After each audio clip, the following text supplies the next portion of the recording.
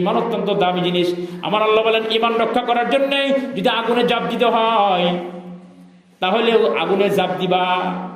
কারণ মাছেদা ফেরাউনের বাদী ছিল, ফেরাউনের বাদী মাছেদা, তার দুইটা অবুজ শিশুকে আগুনে ফেলে দেওয়া হয়েছে, তেলের ভিতরে বাজি করা হয়েছে। মার অন্তরে উদ্রেক হয়েছে, আমি ইমান পরিত্যাগ করব, ইমান ছেড়ে দেব, সন্তানের বিনিময়ে সন্তান আমাকে বাঁচায় দাও, সন্তান ছেড়ে দাও, ইমান আমি বাদ দিয়ে দিব। কিন্তু সন্তানকে যখন আগুনে দিয়ে দিছে, তেলের ভিতরে পাতিলের ভিতরে তেল উত্তপ্ত করার পর ওই তেলের ভিতরে ছোট্ট মাসুম বাচ্চাকে যখন ফালাইয়া দিচ্ছে সাথে সাথে বোনা হয়ে গেছে। আর মাকে বলতেছে, মা তুমি জানতেছো এটা গরম উত্তপ্ত, আসলে এটা উত্তপ্ত না, এখানে আইসে দেখো কত শানদার, কত মজা লাগে। কুলের বাচ্চা দুইটা শিশু বাচ্চাকে গরম তেলের ভিতরে আগুনে ফেলাই দেওয়া হয়েছে, তথাপি মার ইমান এত শক্ত ছিল, মা ইমান থেকে এক চুল পরিমাণ পিছপা হয় না। ঠিক না? আজকে আমরা কোথায় আছি? কোথায় আছি?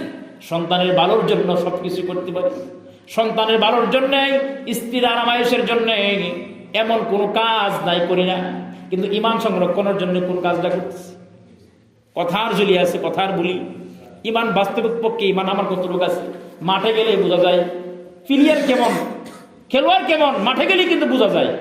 এমনি কিন্তু ভুল ধরা যায়, হাই এইভাবে করলে এরকম হইতো, কিন্তু আপনার বাস্তবিক পক্ষে মাঠে যায় খেলে দেখেন কত কঠিন মনে হয়। এই জন্য বাস্তবতা হলো অনেক কঠিন, বলা কিন্তু সহজ, কর্মে পরিণত করা এটা অত্যন্ত কঠিন। এই জন্য আমার আল্লাহ বলেছেন, ওয়ামা নাকামু মিনহুম ইল্লা আইয়ুমিনু বিল্লাহিল আজিজিল হামিদ, কেবলমাত্র তাদের থেকে ঈমান আনয়ন করার কারণে তাদের থেকে প্রতিশোধ নেওয়া হয়েছে। আল্লাযী লাহু মুলকুস সামাওয়াতি ওয়াল আরদ, আল্লাহ বলেন, ও মুমিন তোমাদের ভয়ের কোনো কারণ নাই, আসমান জমিনের মালিক হলাম আমি আল্লাহ, আল্লাহু আলা কুল্লি শাইইন কাদির। ঈমানের কারণে তোমাকে আজকে মুসিবতে গ্রেফতার, ঈমানের কারণে তুমি বিভিন্ন পেরেশানিতে আছো, ঈমানের কারণে তুমি বিভিন্ন মুসিবতে তোমাকে ফেলে দেওয়া হয়েছে। দুনিয়াতে রং তামসার দুনিয়া, 2 দিনের দুনিয়া, আজকে মরে গেলে কালকে শেষ, আজকে 2টা চোখ বন্ধ হয়ে গেলে সবই শেষ। দুনিয়া থেকে আমরা একদিন বিদায় নিব।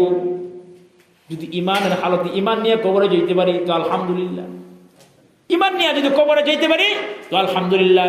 এই জন্যে ইমান সংরক্ষণ করার জন্য আমাদের বিভিন্নভাবে ইমানটাকে সংরক্ষণ করতে হবে।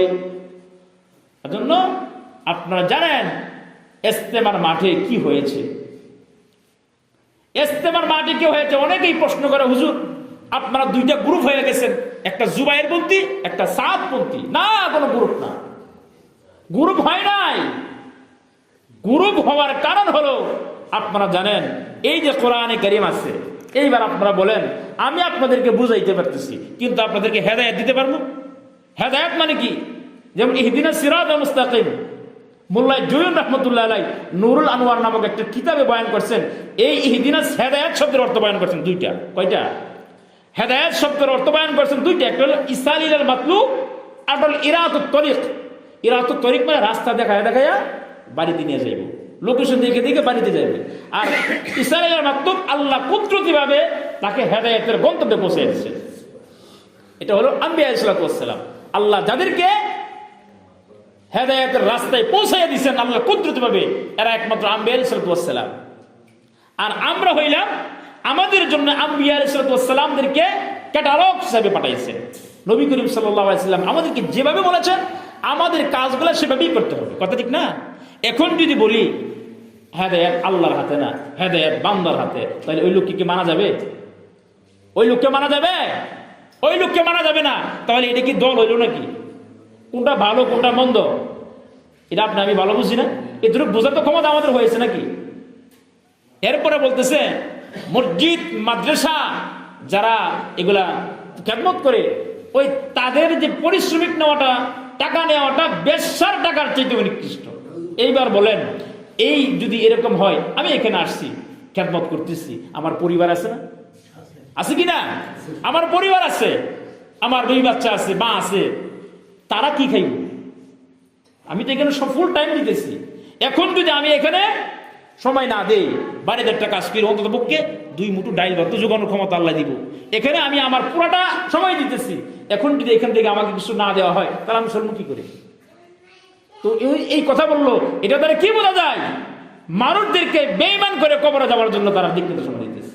তো এইবার আপনি বলেন সাদ গ্রুপ না জুবাইর গ্রুপ? কিন্তু মানুষের দুইটা গ্রুপ বানাই ফেলছে, সাদের অনুসারী, জুবাইর অনুসারী। কিন্তু না, আমরা আপনাদেরকে বলেছি যে আপনারা যে সমস্ত ঈমান বিধ্বংসীমূলক কথা বলেছেন, আপনারা ওইটার থেকে পূর্ণরূপে তওবা করে ফিরে আসেন, আপনাদেরকে আবার আপনাদের অনুসরণ করবো আমরা। কিন্তু আমরা অন্ধবিশ্বাসী নই।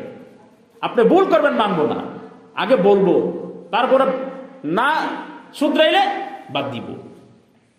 এটা হলো নিজের ইমানের তাকাজা। কিন্তু আপনি ভুল করলেন, আপনার অন্ধবিশ্বাসের মধ্যে আপনার অনুসরণ করলাম, অসম্ভব। এটা মুসলমান করতে পারেন। এই জন্য দেখেন ইস্তেমার মাঠে 4 জন ইন্তেকাল করছে, 4 জনকে মেরে ফেলছে।